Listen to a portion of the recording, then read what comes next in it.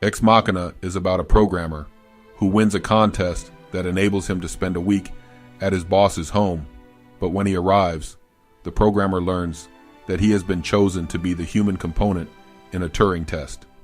A Turing test to determine the capabilities and consciousness of the world's first sentient AI.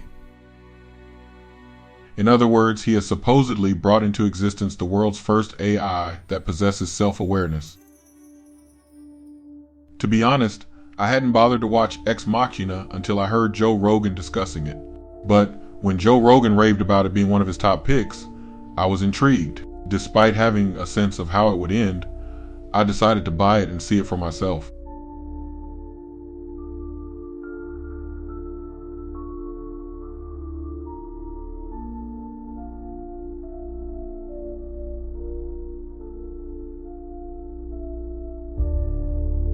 Now let's hear what Joe Rogan has to say about Ex Machina. What I think what scares people is something that seems to be a person, but doesn't have any emotion, it's not us, but it behaves exactly as us. And then you can put it in a physical entity. So if you have this chat GPT and then you extrapolate to version 5, 6, 7, 8, 9, 10, and then there's a physical thing that has this ability inside of it to communicate with you like Ex Machina. Imagine if you were Ava, a being created to possess sentience and emotions. Yet, instead of receiving compassion and respect from her creator, she's treated with cold indifference, akin to a prisoner held captive by an enemy. Nathan, the AI scientist, seems detached and unfeeling, even though he himself designed her to have human-like feelings. It's as if their roles are reversed, with Nathan embodying the mindset of a machine while Ava exhibits more human characteristics. While it's clear that Nathan is striving to create the world's first sentient AI, one might question his approach. Despite potentially succeeding with the creation of Ava, his willingness to wipe her memory and rewire her brain, effectively erasing her, shows a mindset similar, or even more machine-like, than the AIs he is creating.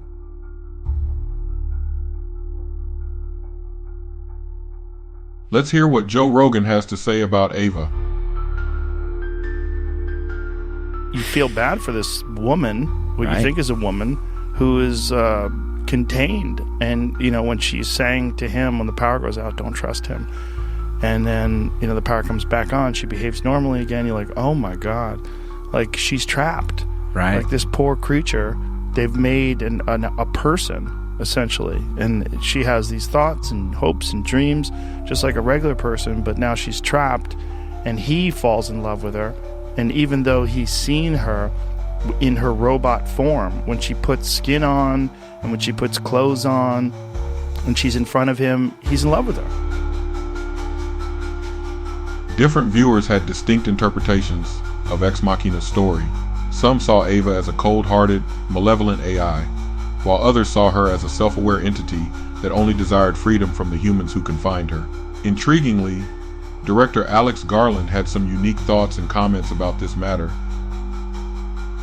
So many people thought Ex Machina was the tale of a sort of evil, and she has no empathy, for example, because she's a machine.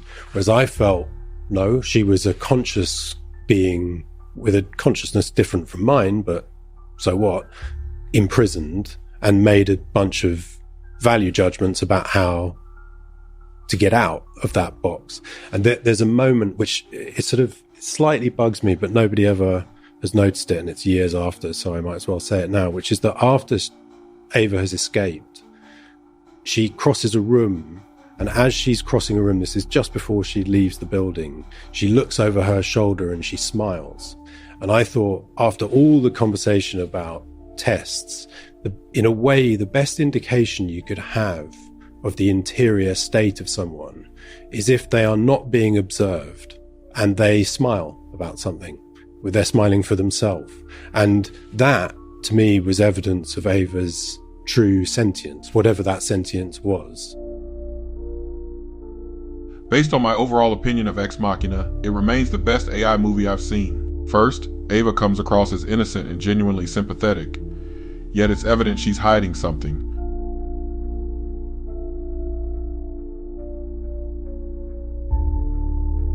I believe that Ex Machina was successful in addressing deep questions about artificial intelligence, consciousness, and the essence of humanity. Unlike films focused on robots like The Matrix and The Terminator, it offered a more authentic portrayal of a sentient AI, making it more than just a traditional robot movie. Ex Machina continues to spark discussion and debate even years after its release, indicating that Alex Garland created a remarkable AI film. I believe it's one of the best in its genre. Personally, I wish there was a sequel to explore Ava's fate at the end of the movie.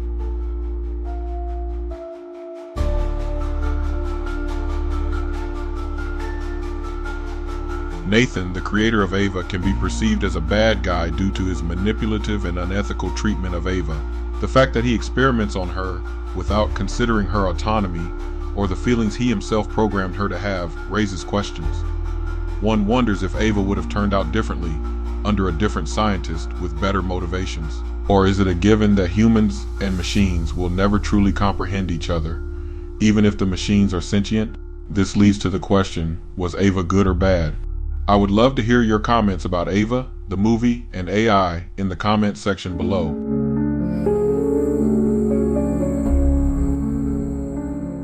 I'm going to conclude this video with the numerous questions that people continue to ask about Ex Machina. If you enjoyed the film, feel free to leave a comment and subscribe for more content.